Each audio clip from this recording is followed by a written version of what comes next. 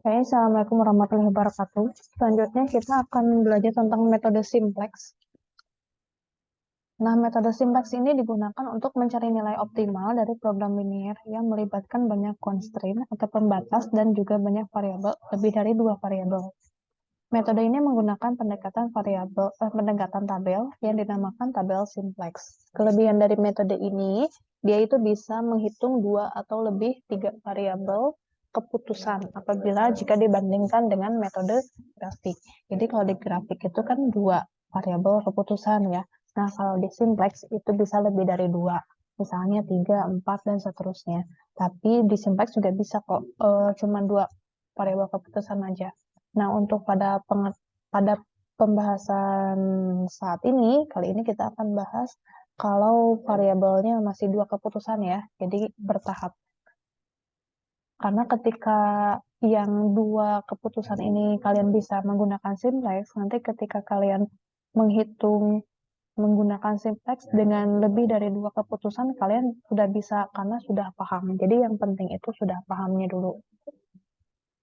Nah, ini ada seorang karyawati menyediakan jasa membungkus kado. Sebuah kado jenis A membutuhkan 3 lembar kertas pembungkus dan 1 meter pita. Adapun sebuah kado jenis B membutuhkan 2 lembar kertas pembungkus dan 2 meter pita. Tersedia kertas pembungkus 60 lembar dan pita 40 meter. Jika upah untuk membungkus kado jenis A Rp3.500 per buah dan kado jenis B Rp3.000 per buah, berapa upah maksimum yang dapat diperoleh? Nah, sama seperti tadi, kalian harus menganalisis mana yang merupakan produk dan mana yang merupakan sumber daya. Ciri-ciri dari sumber daya itu biasanya ada kapasitas. Nah, seperti ini. Nah, berarti dia bukan merupakan variabel keputusan ya, karena dia adalah sebuah sumber daya yang memiliki kapasitas. Oke, selanjutnya kita akan menghitung sama seperti yang metode grafik, cuman berbeda pada saat nanti menghitungnya. Tahap keempatnya lah. Nah, kalau tahap yang grafik kan kita mencari titik koordinat, kemudian menggambar grafik. Nah, kalau di simplex ada yang berbedanya. Oke, tahap yang pertama adalah membuat variabel keputusan. Dalam membuat variabel keputusan, tentukan mana yang merupakan produk. Ini sudah jelas ya, yang adalah produk itu adalah kado. Kado jenis A, kado jenis B. Kado jenis A adalah X, kado jenis B adalah Y.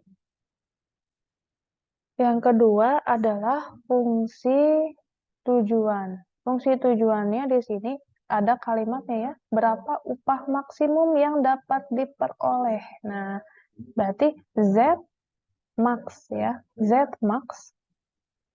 Kita lihat nih, berapa per unitnya. Nah, ini upahnya itu 3.500 untuk kado A dan 3.000 untuk kado B.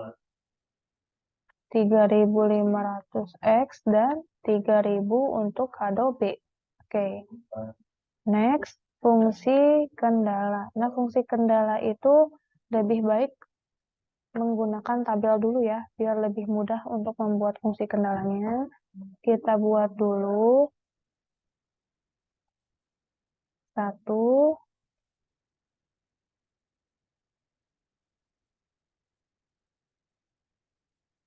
Oke, seperti ini.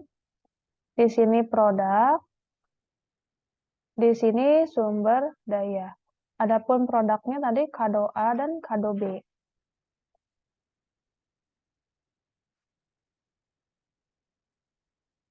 Oke, kemudian sumber dayanya tadi ada kertas dan pita ya, kertas pembungkus dan pita.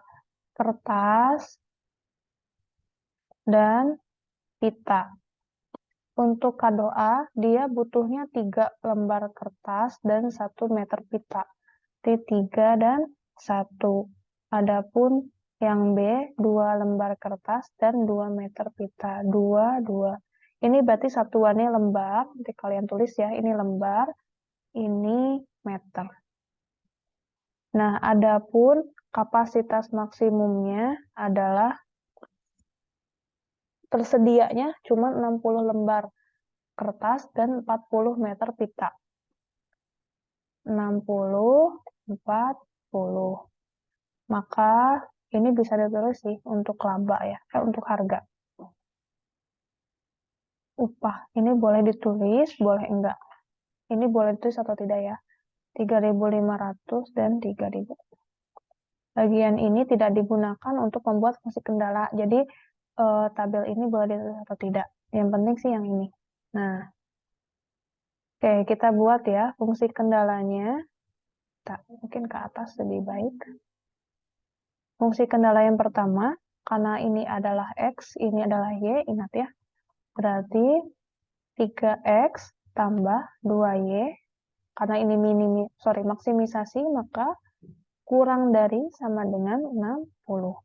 Jadi kapasitas maksimalnya cuma 60 lembar aja, jadi tidak tersedia.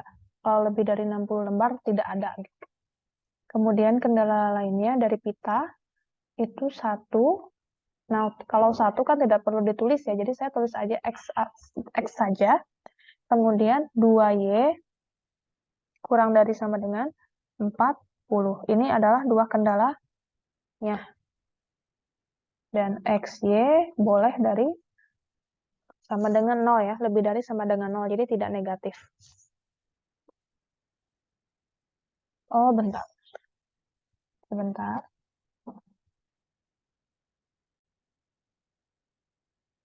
Oke, langkah yang keempat, ini yang membedakan dengan metode grafik. Di simplex itu ada standarisasi model. Nah, jadi kita tulis dulu Z-nya 3.500 tambah 3.000Y ya. 3.500X ditambah 3.000Y. Dan kita tulis kendalanya. Untuk kendala yang pertama,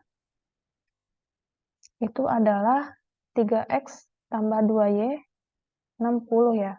3X tambah 2Y, kita kasih jarak dulu. Nah, jadi sama dengan 60. Kemudian kendala yang kedua, X tambah 2Y sama dengan 40. Kalau bisa, X ini adalah sejajar ya, X, Y. Nah, setelah itu, dalam simplex itu dikenal metode menggunakan matriks identitas. Jadi kalau kalian ingat ya, saat dulu SMA mungkin, kalau matriks ordo 2 kali 2, berarti 1, 0, 0, 1. Kalau ordo 3 kali 3, 1, 0, 0, 0, 1, 0, 0, 0, 1. Nah, gini ya. Jadi dalam simplex itu kita akan menggunakan matriks seperti ini ya. Identitas seperti ini.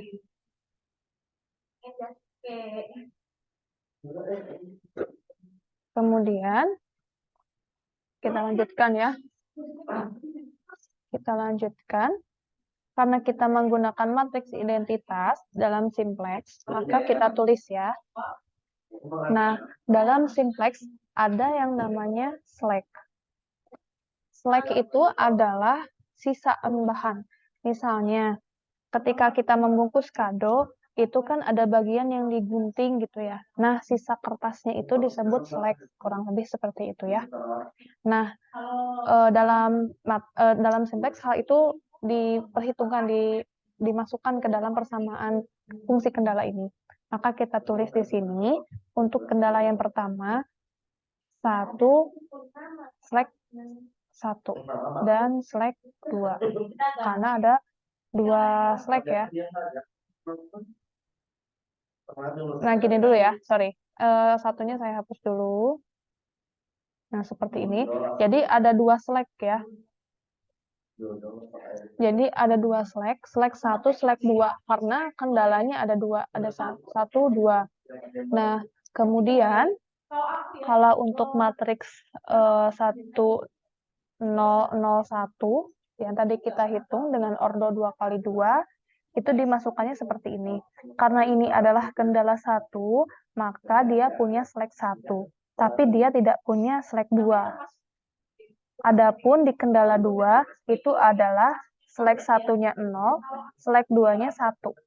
Nah, kalau kamu lihat, ini 1, 0, 0, 1. Kalau secara logika adalah selek 1 yang adanya di kendala 1, adapun selek 2 adanya di kendala yang kedua. Seperti itu ya. Jadi selek 2, selek 1 di sini adalah salah satunya untuk membantu perhitungan saja, supaya mereka sama-sama memiliki selek ya, untuk membantu perhitungan. Karena untuk selek 1 tentu kendalanya hanya dimiliki oleh kendala 1 dan selek 2 ya dimilikinya oleh kendala 2 gitu. Next, nah untuk membantu perhitungan juga, Z ini juga akan kita masukkan seleknya. Selek 1 dan selek 2. Adapun isi seleknya itu 0. Karena di Z itu tidak ada selek 1 dan selek 2 gitu. Karena dia adalah fungsi tujuan. Tujuan dimasukkannya untuk membantu perhitungan nanti ke dalam simplex. Karena di dalam simplex itu semuanya kan harus memiliki variabel yang sama gitu. Nah, kalau sudah memiliki standarisasi model, selanjutnya kita akan memasukkannya ke dalam simplex. Nah, ini tabel simplexnya. Nah, pertama-tama ini yang di atas itu adalah OI dan CJ. Ini kemudian kita masukkan variabelnya, ada X, ada Y, ada S1, ada S2. Jadi kita fokus di Z ya. Ada X, ada Y, ada nah, saya ke bawahin dulu ya.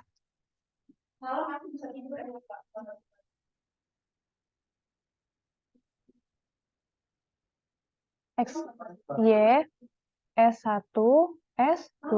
Dan ini adalah B, I, C. Nanti, oke. Kemudian kita lihat yang di Z, 3500X. Di sini berarti sejajaran X ya, 3500. Y-nya berapa? 3000. Kita tulis 3000. Adapun S1 dan S2-nya 0, 0 ya. 0, 0. Oke, kemudian kita akan memasukkan fungsi kendalanya 3, 2, 1, 0 ya. 3, 2, 1, 0. Nilainya 60. 60. Kemudian ini 1, 2. Ini 1 ya di depannya, cuma tidak ditulis. 1, 2, 0, 1, 40. 1, 2, 0, 1, 40. Nah, jadi dimasukkan seluruhnya ya.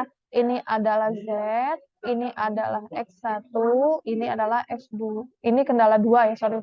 Ini kendala 1, ini kendala 2. Kemudian, setelah itu, kita cek ya, untuk kendala yang pertama, enggak.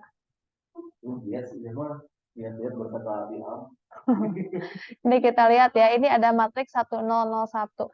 Nah, untuk mengisi OI di sini, kita cek identitas 1 itu ada di mana? 10 itu ada di mana? Identitas 10 di sini ya. Kita lihat yang punya 1 tuh yang punyanya siapa?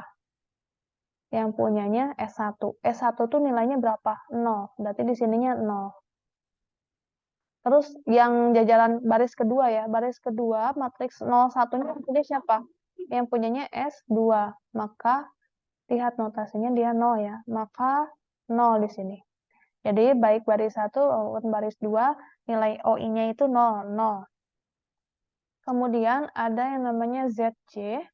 ZJ itu adalah cara mengisinya 3 dikali 0 ditambah 1 dikali 0. Sekali lagi, 3 dikali 0 tambah 1 dikali 0, 0. Sekarang yang barisan Y, 2 dikali 0 tambah 2 dikali 0, 0. Ini 1 dikali 0 tambah 0 dikali 0. Jadi seperti inilah. 1 kali 0 tambah 0 kali 0. Jadi kalian kalau mau ngotret kayak gini, kalau belum terbayang ya, boleh dikotret dulu seperti ini di kertas yang lain. Kemudian 0 dikali 0 tambah 0 kali 1, 0. 60 kali 0 tambah 40 kali 0, 0. Dan untuk langkah yang pertama ini memang ZY-nya pasti selalu 0 semuanya, karena nilai OI-nya semuanya 0 pengalinya. Ya, untuk awal mula. Kemudian ada ZJ min CJ. CJ ini yang di atas. OI ini yang di vertikal ini. Kita lihat nilai ZJ-nya untuk baris X adalah 0, CJ-nya 3.500. Berarti 0 dikurangi 3.500, negatif 3.500, 0 dikurangi 3.000, negatif 3.000, 0 dikurangi 0, 0, 0 dikurangi 0, 0, dan ini strip ya, tidak ada. Nah, ini adalah langkah. Jadi sampai di sini dulu. Tahapan yang pertama, saya hapus dulu yang ini. Jadi kalau mau ngotret atau apapun, lebih baik di kertas lain. Karena untuk ngotret di kertas ini nantinya jadi berantakan ya. Kemudian kalau sudah, kita lihat nilai ZY min CJ yang negatifnya paling besar. Yang ini ya, negatif 3.500. Kita buletin. Berarti adanya di sini. Di jajaran baris X ya. Di jajaran min 3.500 itu ada di baris X. Maka baris X-nya saya lingkari seperti ini. Kemudian kita beralih ke BIJ. Berarti nilai yang ada di BIJ ini akan dibagi dengan angka yang ada di baris X tadi. Sekarang 60 dibagi 3. 20 ya, rasio di sini rasio. Kemudian 40 dibagi 1. 40. Kalau sudah menghitung rasio, pilih yang paling kecil. Yang paling kecil 20 ya. 20, maka aduh, bentar ya.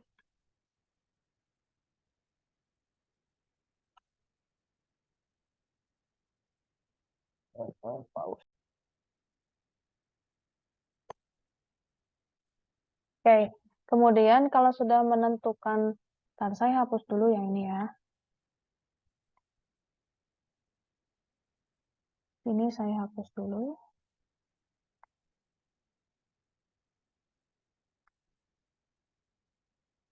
Nah, karena kita sudah menentukan rasio mana yang lebih kecil, maka ini adalah yang akan kita lingkari. Oke. Nah, sebelumnya, tadi kan kita menghitung ZY min CJ ya, yang mana yang paling besar negatifnya, dan kita menentukan baris X ini. Nah, baris X ini yang kita lingkari, itu adalah namanya ini namanya kolom kunci. Kalau kolom itu yang vertikal ya, kalau baris yang horizontal. Nah, berarti ini namanya kolom kunci. Nah, adapun untuk menentukan baris kunci itu adalah dengan melihat rasio yang paling kecil. Nah, ini namanya baris kunci. Adapun angka yang diapit oleh kolom kunci dan baris kunci yaitu 3, ini namanya nilai kunci. Itu ya. Jadi untuk menentukan kolom kunci dengan mencari nilai Z yang min CJ yang negatif paling besar, dan untuk menentukan baris kunci adalah dengan mencari nilai rasio yang paling kecil. Kemudian, kalau sudah menentukan nilai kunci, nah, langkahnya di baris kedua itu adalah merubah nilai kunci menjadi 1 dan angka lain yang ada di kolom kunci itu menjadi 0. Berarti 3 ini akan menjadi 1 dan 1 ini akan menjadi 0. Itu. Caranya seperti apa? untuk baris yang menjadi nilai kunci, ini baris 1, ini baris 2 ya. Ini baris 1 aksen, baris 2 aksen karena sudah berubah. Ada perubahan ya dari baris 1 yang pertama. Untuk membuat baris pertama ini, untuk membuat 3 ini menjadi 1. Nah, baris 1 berarti ya, baris 1 ini 3 menjadi 1 adalah dengan cara 3 dibagi 3 ya. Jadi membagi dengan nilai itu sendiri. Nah, tapi yang dibagi 3 itu tidak cuma si nilai 3 ini, tapi juga seluruh angka yang ada di baris 1 semuanya harus rata dibagi 3.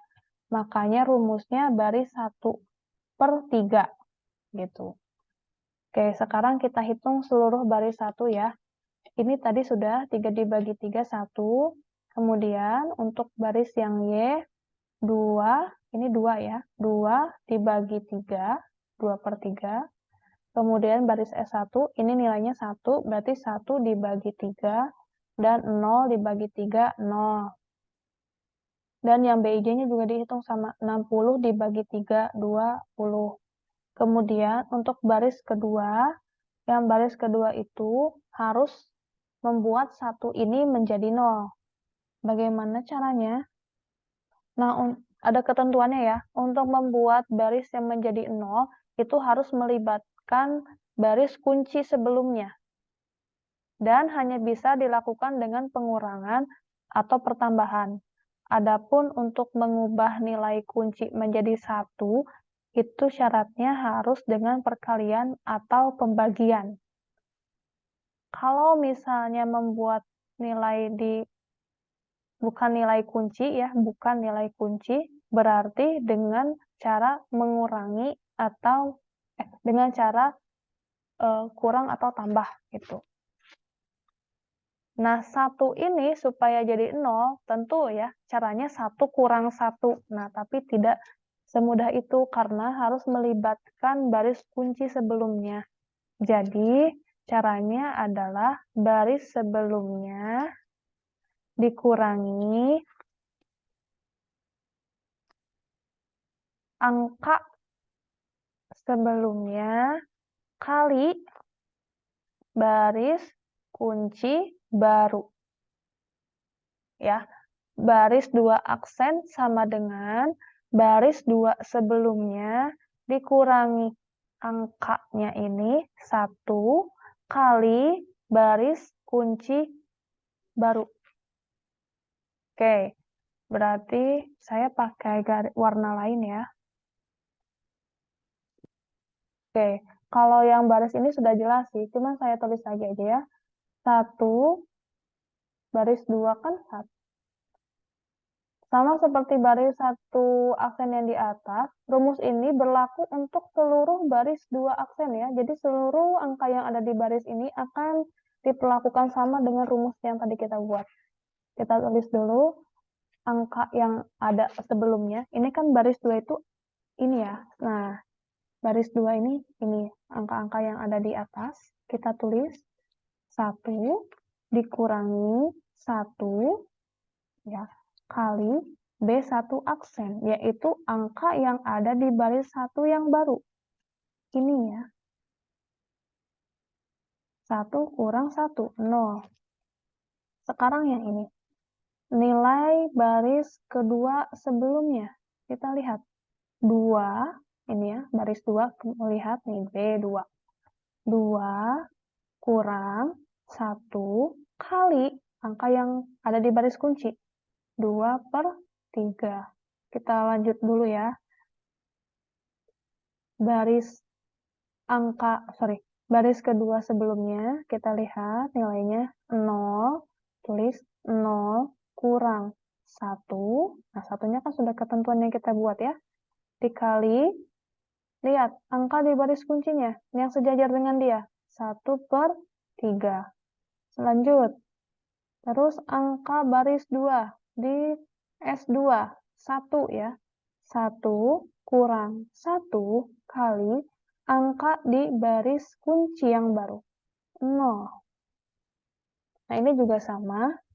Baris 2 sebelumnya berapa nilainya? 40 kurangi 1 kali nilai baris kunci yang baru, yang di atasnya yang sejajar dengan dia, 20. Kalau sudah, langsung kita hitung. 2 dikurangi 2/3. Nah, untuk dalam hal ini, saran saya gunakan pecahan ya, nilai pecahan. Karena kalau desimal nanti terlalu panjang dan mengganggu lahan di tabel simplex ini.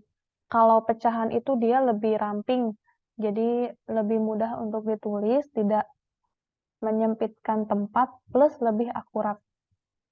Ini jawabannya adalah 4/3. Adapun ini 0 dikurangi 1/3 berarti negatif 1/3.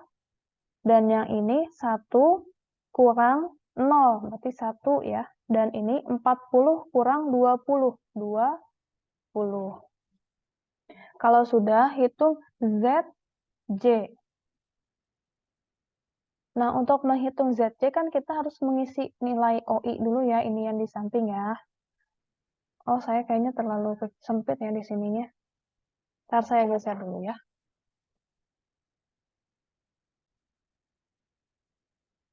Oke, selanjutnya kita akan menghitung ZJ. Untuk ZJ kita harus mengisi dulu nilai OI. Untuk tadi kan nilai OI-nya masih 00 ya. Nah, untuk ini berarti ada perubahan karena si matriks identitas 1001-nya sudah berubah ya. Kita lihat, nah 10 ini langsung depan mata nih, X. Ternyata ada di baris X ya, si 10 ini ada di X. Lihat satunya di sini, berarti kita lihat ke atas. Nah, ZX-nya ini nilainya adalah 3.500. Maka di sininya 3.500. Kemudian kita cari lagi, karena di sini sudah 10, berarti kita cari notasi 01 ya. Nah, 01 di sini, di bawah ya, karena tinggal yang ini yang di bawah. Nah, kita lihat ini yang punyanya S2, dia nilainya 0. Jadi di sini 0. Kalau sudah, kita hitung 3.500 dikali 1 tambah 0 kali 0, 3.500.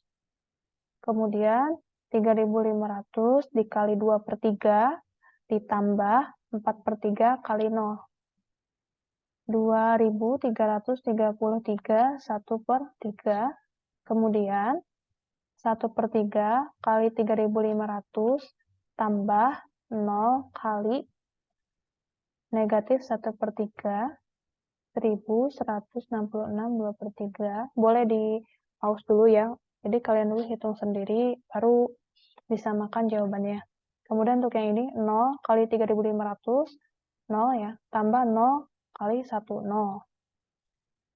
Dan ini 20 dikali 3.500, 70.000, tambah 0 kali 20, 0. Berarti di sini 70.000. Maka nilai ZJ min CJ-nya adalah 3.500 dikurang 3.500, 0, 2.333, 1/3 dikurangi 3.000, maka negatif 666, 2/3. Kemudian 1.100 ini dikurangi 0, berarti tulis lagi ya, karena dikurangi 0. Dan ini 0 kurang 0, 0, dan ini tidak ada. Kemudian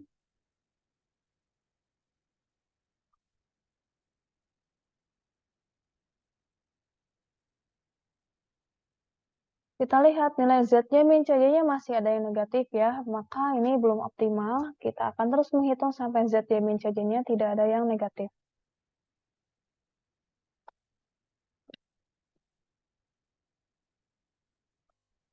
Oke, kita lihat di sini yang memiliki negatif adalah barisan Y ya. Barisan Y, maka yang baris Y ini akan kita lingkari.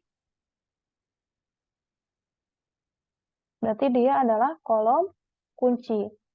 Sesudah menentukan kolom kunci, kita harus menentukan baris kunci. Adapun baris kunci adalah dengan cara membagi nilai BIC dibagi angka yang ada di baris kunci.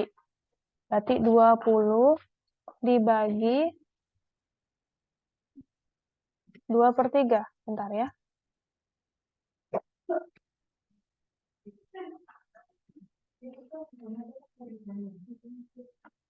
20 dibagi 2/3, 30. Kemudian di sini 20 dibagi 4/3, 15. Nah, ini cari yang rasionya paling kecil, yaitu 15. Maka dia adalah baris kunci. Saya lingkari. Oke. Nah, bisa terlihat ya, yang yang menjadi nilai kunci adalah 4/3. Maka 4/3 ini akan kita ubah menjadi 1, dan angka lainnya yang ada di yang ada di kolom kunci akan berubah menjadi 0. Kalau misalnya angkanya ada 3 ya, berarti 100 gitu. Jadi pokoknya yang berubah menjadi 1 itu hanya nilai kunci saja. Kemudian kalau sudah, kita buat formulanya. Formula untuk membuat 4/3 menjadi 1, gimana caranya? Nah, ini adalah baris kedua ya. Double aksen karena dia sudah berubah 2 kali. Rumusnya adalah baris 2 sebelumnya dikurangi angka nilai kunci. Oh, sorry. Maaf ya. Ini ini kan kita nilai kunci ya. Hanya bisa bagi dan kali. 4/3 ini gimana caranya supaya menjadi 1? Hanya bisa bagi dan kali. Saran saya sih kalau pecahan seperti ini dibuat kali saja. Jadi dikali 3/4. Jadi angkanya dibalik, yang asalnya penyebut pembilang jadi pembilang, pembilang jadi penyebut. Atau sederhananya 3-nya jadi di atas, 4-nya jadi di bawah gitu. Karena ini jadi 12/12 kan. Jadi 1. Maka yang 4/3 ini akan kita kalikan 3/4 ya. Berarti baris sebelumnya dikali 3/4. Rumus ini berlaku untuk seluruh baris kedua. Maka saya hapus dulu ya.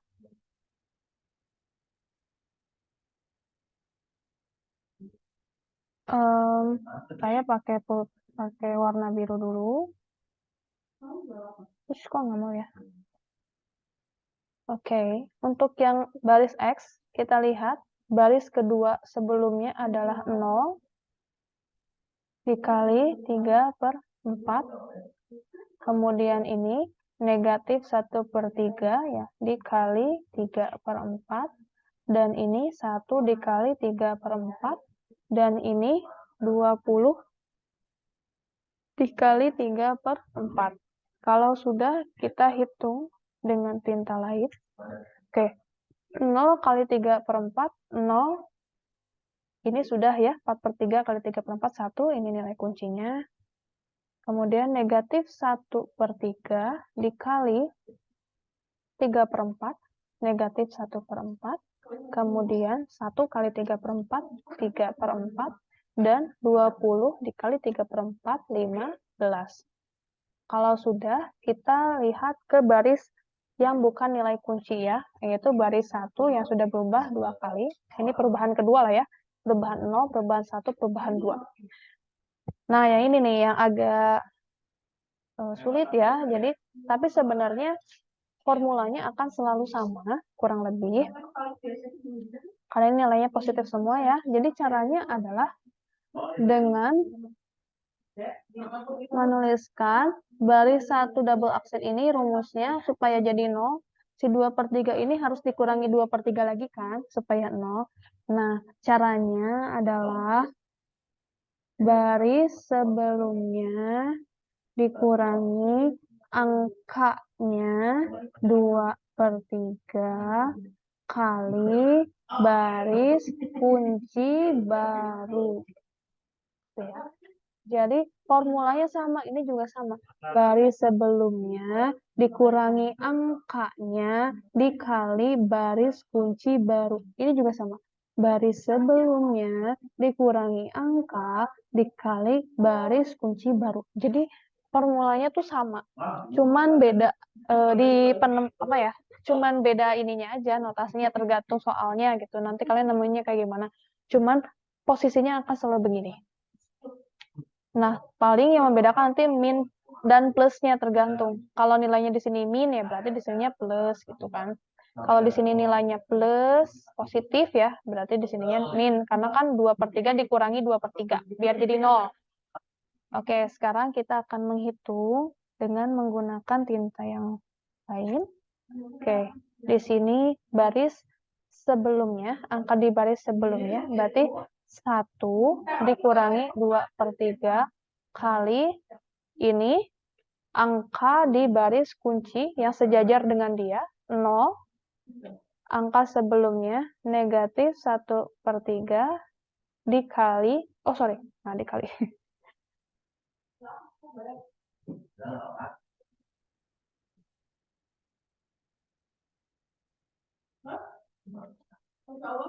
Satu per tiga dikurangi 2/3 dikali angka di baris kunci yang sejajar.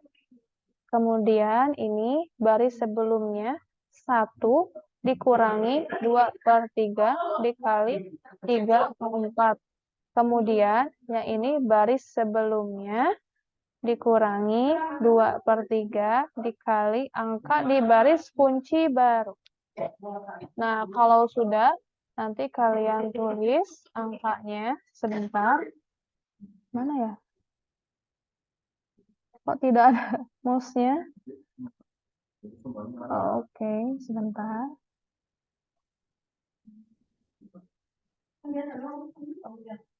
Satu dikurangi 0, 1. Kemudian ini 1/2. Dan ini negatif 1/2. Dan ini 10. Kemudian kita hitung nilai ZC. Nah, jangan lupa untuk menghitung nilai ZC, berarti kita butuh nilai OI ya. Lihat matriks identitasnya.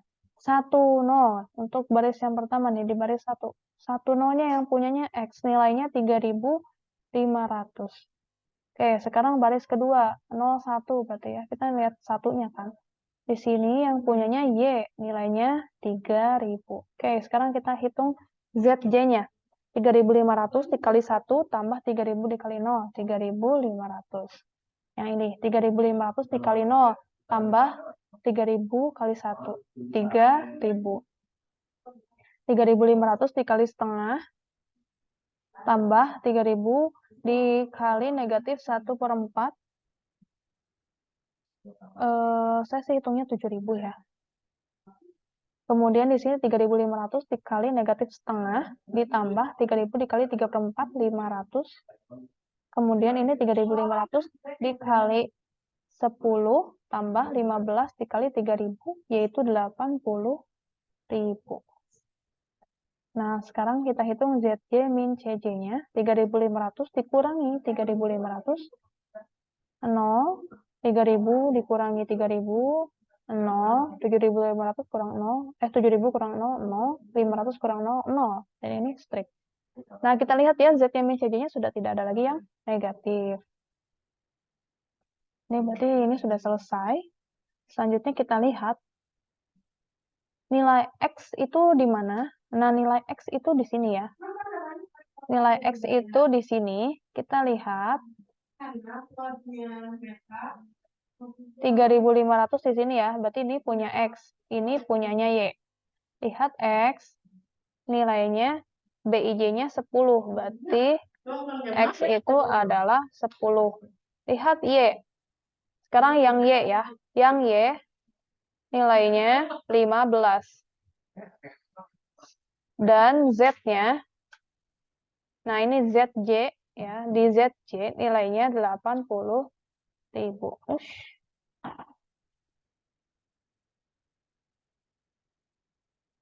80.000. Maka kesimpulannya, supaya kesimpulannya